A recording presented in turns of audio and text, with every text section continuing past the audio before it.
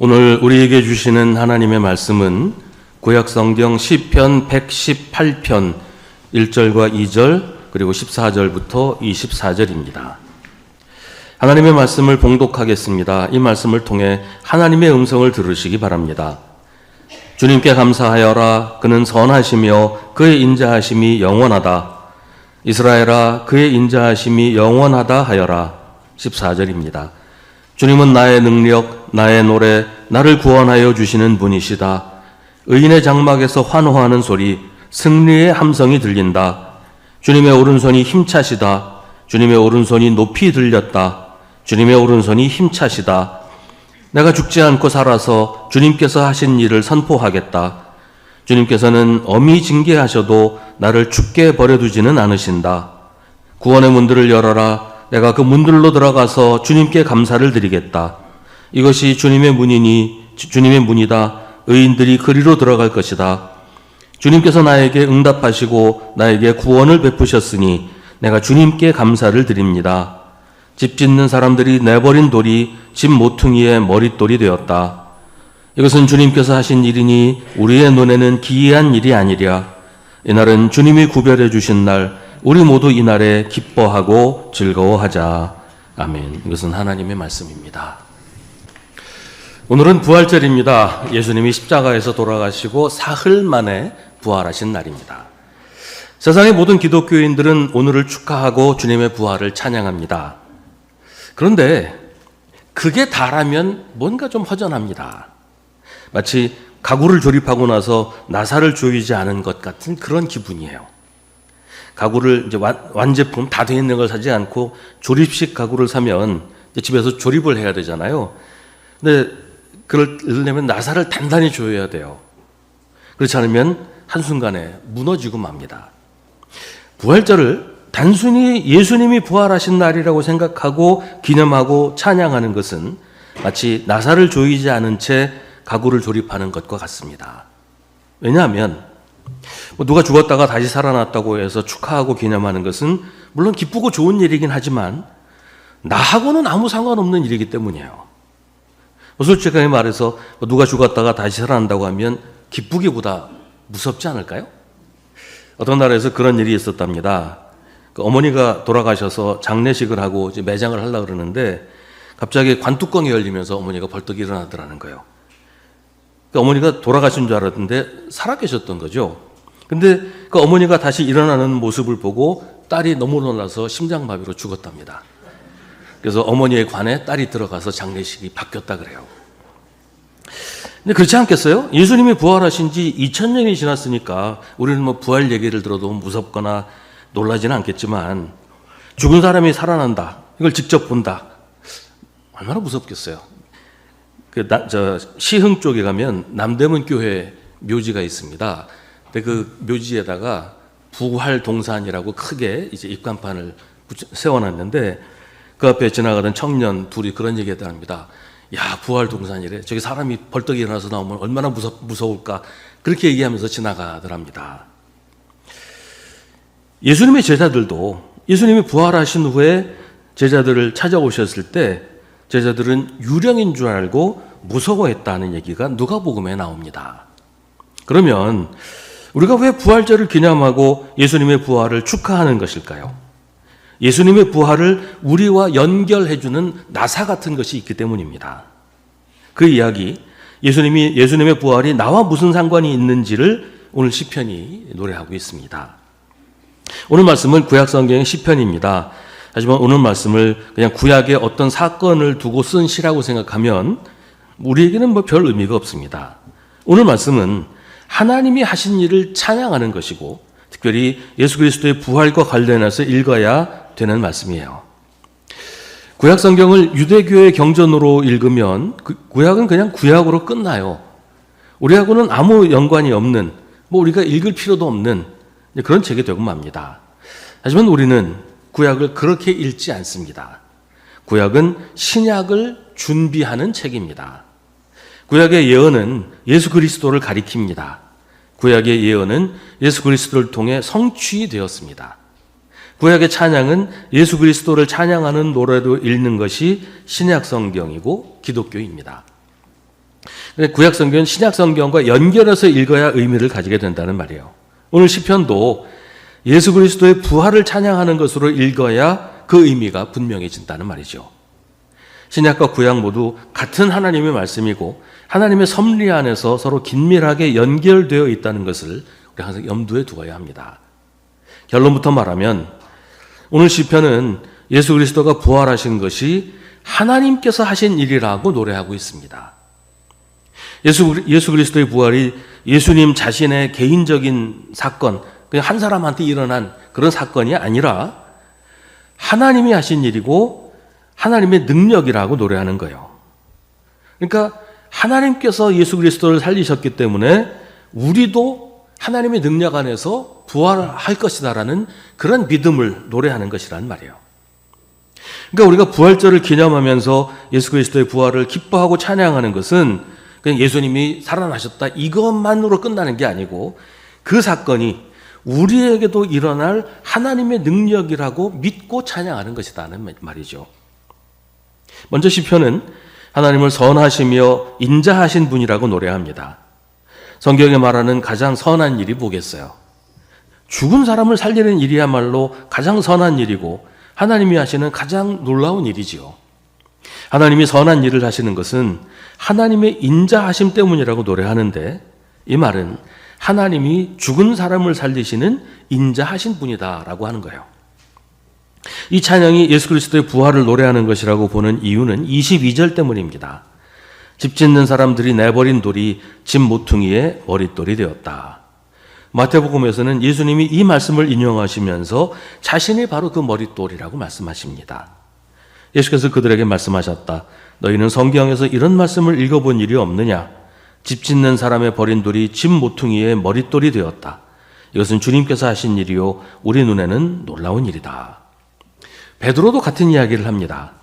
여러분 모두와 모든 이스라엘 백성은 이것을 알아야 합니다.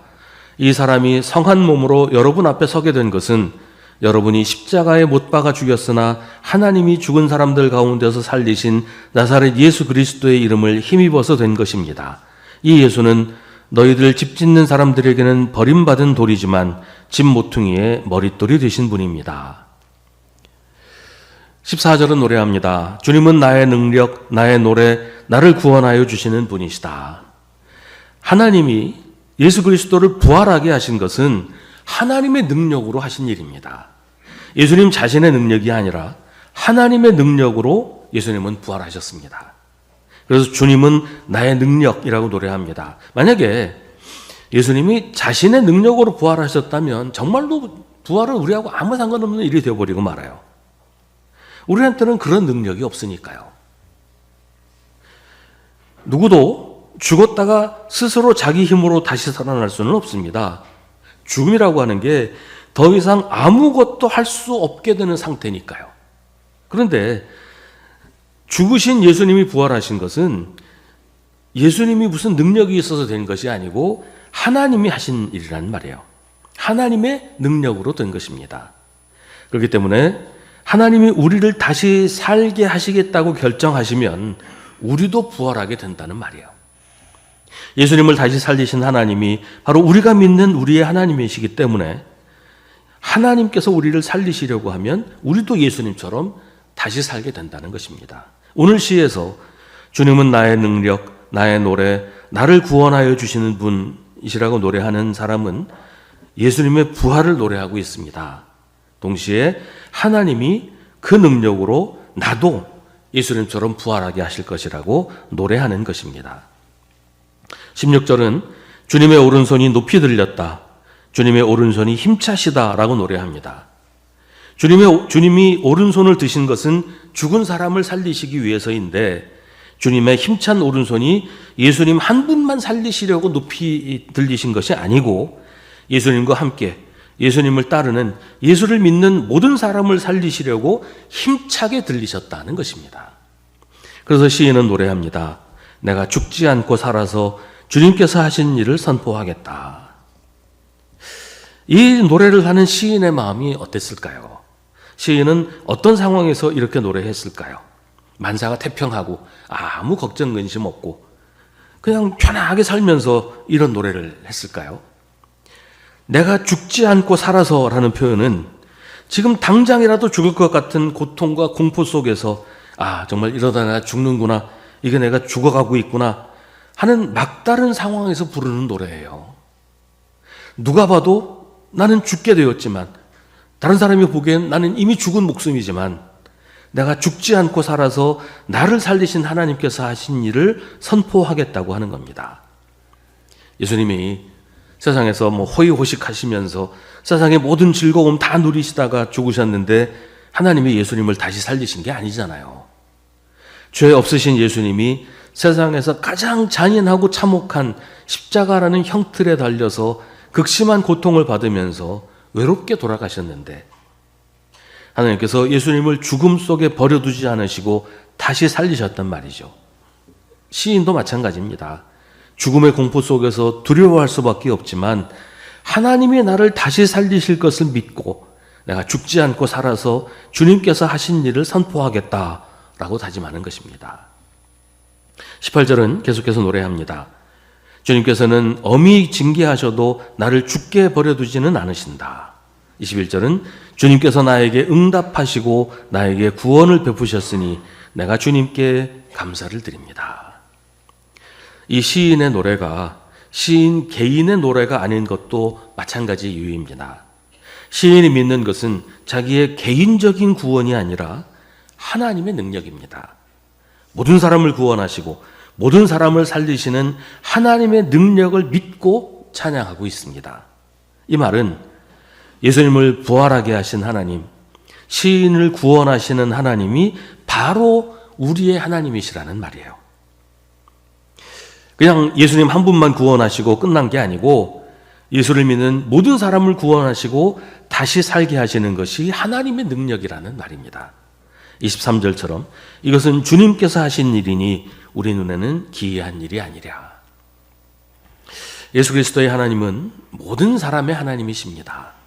예수님을 부활하게 하신 하나님은 모든 사람을 부활하게 하시는 분입니다. 그래서 예수를 믿는 사람은 누구나 구원을 받고 부활하게 된다고 성경은 밝히 말합니다. 바울은 이렇게 설명합니다. 그러나 이제 그리스도께서는 죽은 사람들 가운데서 살아나셔서 잠든 사람들의 첫 열매가 되셨습니다. 한 사람으로 말미암아 죽음이 들어왔으니 또한 한 사람으로 말미암아 죽은 사람의 부활도 옵니다. 아담 안에서 모든 사람이 죽는 것과 같이 그리스도 안에서 모든 사람이 살아나게 될 것입니다. 그래서 우리가 부활절을 기뻐하고 부활하신 주님을 찬양하는 것입니다. 남의 일에 괜히 덩달아 기뻐하는 것이 아니고 예수님의 부활이 바로 우리의 부활이기 때문에 기뻐하고 기념하는 것입니다. 그래서 오늘 시인은 노래합니다. 이날은 주님이 구별해 주신 날, 우리 모두 이날에 기뻐하고 즐거워하자. 그러니까 부활절을 기념하는 것은 예수 그리스도의 부활과 함께 우리의 부활을 기념하는 것입니다. 부활절에 기뻐하는 것은 예수님이 부활하신 것을 기뻐하는 것과 함께 우리가 부활하게 된 것을 기뻐하는 것입니다. 거꾸로 말하면 부활절이 기쁜 날이 아니고 기념할 이유도 없다고 하는 것은 내가 부활할 것을 믿지 못하기 때문이고 그건 주님의 부활을 믿지 않는 것입니다. 하나님의 능력을 믿지 않으니까 우리의 구원을 믿지 못하는 것이죠. 오늘은 우리 구주 예수님이 부활하신 날입니다. 남의 잔치가 아니라 우리 자신을 위한 잔치입니다. 그래서 우리는 오늘 기뻐하고 즐거워합니다. 오늘은 주님이 구별해 주신 날, 우리 모두 이날에 기뻐하고 즐거워합시다. 우리 함께 우리 위에 십자가에 달려 죽으시고 우리를 살리시려고 부활하신 예수 그리스도의 부활을 찬양합니다. 우리를 부활하게 하시려고 예수님을 부활하게 하신 하나님을 찬양합시다. 우리에게 부활의 큰 기쁨을 주신 하나님의 사랑과 죽음을 이기시고 우리를 찾아오시는 예수 그리스도의 은혜와 우리로 부활의 증인이 되게 하시는 성령의 인도하심이 부활의 증인으로 살기를 다짐하는 주님의 백성들 위해 이제부터 영원까지 함께 하시기를 간절히 축원하옵나이다. 아멘.